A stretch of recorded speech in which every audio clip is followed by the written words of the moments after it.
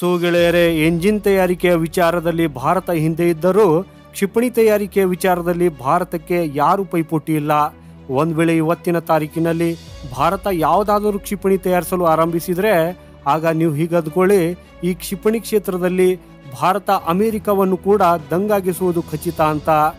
European space ಏಜೆನ್ಸಿಯ ಮಾಜಿ director Johan ಡೈಟ್ರಿಚ್ Warner ಅವರು ಏನ್ ಹೇಳಿದ್ದಾರೆ ಅಂದ್ರೆ, ಅಮೆರಿಕಾದ ರಕ್ಷಣಾ ಕಂಪನಿಗಳು ಮತ್ತು ಅಮೆರಿಕಾದ ಬಾಹ್ಯಾಕಾಶ ಸಂಸ್ಥೆಗಳಿಗೆ ಖರ್ಚು ಮಾಡಿದ ಹಣದ 4ನೇ ಭಾಗವನ್ನ ಭಾರತೀಯ ಬಾಹ್ಯಾಕಾಶ ಸಂಸ್ಥೆ ಅಥವಾ DRDOಗೆ ಖರ್ಚು ಮಾಡಲು ಪ್ರಾರಂಭಿಸಿದ್ರೆ ಭಾರತದ ಯಶಸ್ಸಿನ ಮುಂದೆ ಅಮೆರಿಕ ಬಹಳ ಹಿಂದೆ ನಿಲ್ಲುತ್ತದೆ ಅಂತ. ಅಂದರೆ ಅಮೆರಿಕ ನೀರಿನಂತೆ ಹಣವನ್ನು ಖರ್ಚು ಮಾಡುವ ಮೂಲಕ ಯಶಸ್ಸನ್ನು ಸಾಧಿಸಿದೆ. ಹಾಗೂ ಇಲ್ಲಿಯವರೆಗೆ ಅಮೆರಿಕ ಮಾಡಿದ್ದನ್ನೇ ಚೀನಾ ಕೂಡ ಮಾಡ್ತಾ ಇದೆ. ಅದು ಯಾವುದೇ ಲಿಮಿಟ್ ಇಲ್ಲದೆ ಶಸ್ತ್ರಾಸ್ತ್ರ ಮತ್ತು ಬಾಹ್ಯಾಕಾಶ ಕ್ಷೇತ್ರದಲ್ಲಿ ಸಾಕಷ್ಟು ಹಣವನ್ನು ಖರ್ಚು ಮಾಡ್ತಾ ಇದೆ. ಆದರೆ ಭಾರತವು ಅದರ ಸೀಮಿತ ಬಜೆಟ್ನಲ್ಲಿಯೇ ಶಸ್ತ್ರಾಸ್ತ್ರ ಮತ್ತು ಬಾಹ್ಯಾಕಾಶ ಕ್ಷೇತ್ರದಲ್ಲಿ ಯಶಸ್ಸು ಸಾಧಿಸುತ್ತಿದೆ. ನೂರಾರು ಶಸ್ತ್ರಾಸ್ತ್ರಗಳ ಅಭಿವೃದ್ಧಿ ಯೋಜನೆಗಳಿಗೆ ಸಾಕಷ್ಟು ಬಜೆಟ್ ಕೊರತೆಯಿಂದಾಗಿ ಭಾರತಕ್ಕೆ ಒಂದೇ ಸಮಯದಲ್ಲಿ ಅನೇಕ ಶಸ್ತ್ರಾಸ್ತ್ರ ಯೋಜನೆಗಳನ್ನು ಮುಂದುವರಿಸುವುದಕ್ಕೆ ಸಾಧ್ಯವಿಲ್ಲ. ಆದರೆ ಇಂಥ ಎಲ್ಲ ಸವಾಲುಗಳ ನಡುವೆಯೂ ಭಾರತದ DRDO ನೇವಲ್ ಸ್ಟ್ರೈಕ್ ಕ್ಷಿಪಣಿಗಳ ಕ್ಷೇತ್ರದಲ್ಲಿ ಭಾರತವನ್ನು ಹೊಸ ಶಕ್ತಿಯನ್ನಾಗಿ ಮಾಡುವುದಾಗಿ ಘೋಷಿಸಿದೆ.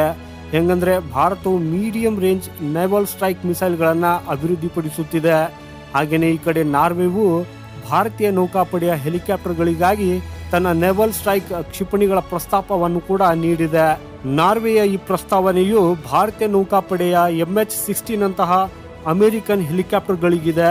ನಾರ್ವೆಯ ನೇವಲ್ ಸ್ಟ್ರೈಕ್ ಮಿಸೈಲ್ ಒಂದು ಲಾಂಗ್ ರೇಂಜ್ ಹೆಲಿಕಾಪ್ಟರ್ ಇಂದ ಫೈರ್ ಆಗುವ ಆಂಟಿ ಶಿಪ್ ಕ್ರೂಸ್ ಮಿಸೈಲ್ ಆಗಿದ್ದು, ಇದರ ಮಾರಕ ಸಾಮರ್ಥ್ಯವು ಸುಮಾರು 180 ಕಿಲೋಮೀಟರ್ದಾಗಿದೆ. ಅಂದರೆ ಇಂತಹ ಕ್ಷಿಪಣಿಗಳು ಇರುವುದರಿಂದ ಭಾರತೀಯ ನೌಕಾಪಡೆಯ ಹೆಲಿಕಾಪ್ಟರ್ಗಳು ಕೂಡ 180 ಕಿಲೋಮೀಟರ್ ದೂರದಿಂದಲೇ ಶತ್ರು ಯುದ್ಧ ನೌಕೆಗಳನ್ನು ಗುರಿಯಾಗಿಸಲು ಸಾಧ್ಯವಾಗ್ತದೆ. ಆದಾಗ್ಯೂ ಭಾರತವು ನಾರ್ವೆಯ ಇಂತಹ ನೌಕಾ ಸ್ಟ್ರೈಕ್ ಕ್ಷಿಪಣಿಗಳನ್ನು ಪರಿಗಣಿಸುತ್ತದೆ ಅಥವಾ ಇಲ್ಲ ಅನ್ನೋದು ಸದ್ಯಕ್ಕೆ ಗೊತ್ತಿಲ್ಲ.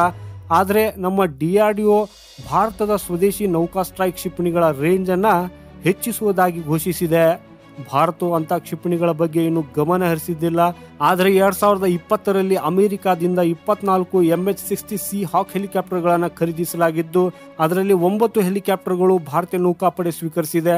ಹಾಗೂ ಉಳಿದ ಹೆಲಿಕಾಪ್ಟರ್ಗಳು ಮುಂದಿನ 1 ವರ್ಷದಲ್ಲಿ ನೌಕಾಪಡೆಗೆ ಸೇರಲಿವೆ. ಇಂಥದ್ರಲ್ಲಿ ಈಗ DRDO ಬಹು ರೇಂಜ್ನ ಮತ್ತು ಬಹುಪಯೋಗಿ naval strike anti ship cruise ಮಿಸೈಲ್ಗಳ ಕ್ಷೇತ್ರದಲ್ಲಿ ಭಾರತವನ್ನ ಸೂಪರ್ ಪವರ್ ಮಾಡುವ ಕೆಲಸವನ್ನ ಕೈಗೆತ್ತಿಕೊಂಡಿದೆ. ಸೊ ಗೆಳೆಯರೆ, DRDOನ ಈ ದಿಟ್ಟ ಹೆಜ್ಜೆಗಾಗಿ ಈ ವಿಡಿಯೋನ ಲೈಕ್ ಮಾಡುತ್ತಾ ಕಮೆಂಟ್ ಬಾಕ್ಸ್ ಅಲ್ಲಿ ಜೈ ಹಿಂದ್ ಅಂತ ಬರೆಯಿರಿ. ಸಿಗೋಣ ಮುಂದಿನ ಇನ್ನೊಂದು ಇಂಟ್ರೆಸ್ಟಿಂಗ್ ವಿಡಿಯೋದೊಂದಿಗೆ. ವಂದೇ ಮಾತರಂ. ಭಾರತ್ ಮಾತಾ ಕಿ ಜೈ.